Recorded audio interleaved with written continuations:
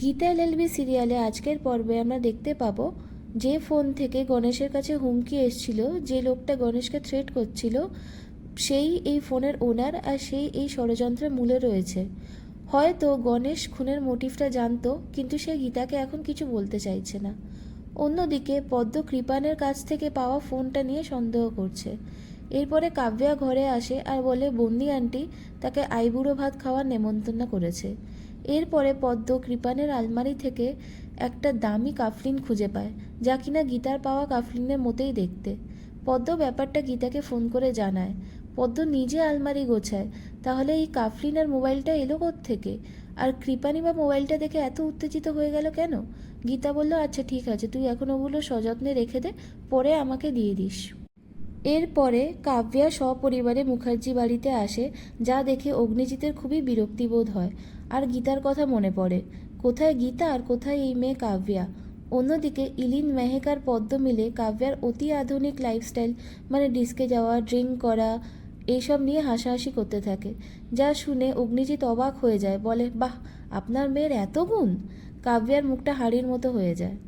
এরপর মেহেক গীতাকে ফোন করে সব কথা জানায়। বলে, বাবা এমন এক্সাইটমেন্ট দেখাচ্ছে যে পারলে ওদের 4 হাত আজই এক করে দেয়। গীতা মেহেককে বলে, দেওয়াচ্ছি, আমি পারলে ওনারই একটা বিয়ে দিয়ে দেবো। মেহেক হাসতে থাকে। তারপরে কথায় কথায় গীতা বলে, আমার কাছে ক্লু চলে এসছে, আমার বাবা যদি এবার সত্যিটা স্বীকার করে তাহলে গল্পটা ক্লাইম্যাক্সে পৌঁছে যাবে।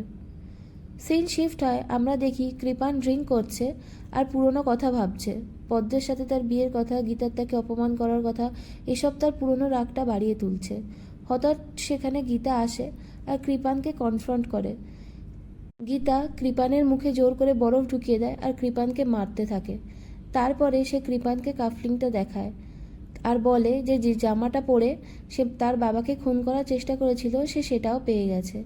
কৃপানের এসব দেখে গলা শুকিয়ে আসে। রাগের চোটে গীতা ড্রিঙ্কের গ্লাসটা কৃপানের গায়ে ঢেলে দেয়। কৃপান রেগে গিয়ে বলে, বাড়াবাড়ি করিস না, মেয়ে বলে পার পেয়ে যাচ্ছিস। এরপরে কৃপান গীতাকে মারতে এলে গীতা কৃপানের হাতটা ধরে নেয় আর আবারও কৃপানকে চড় মারে।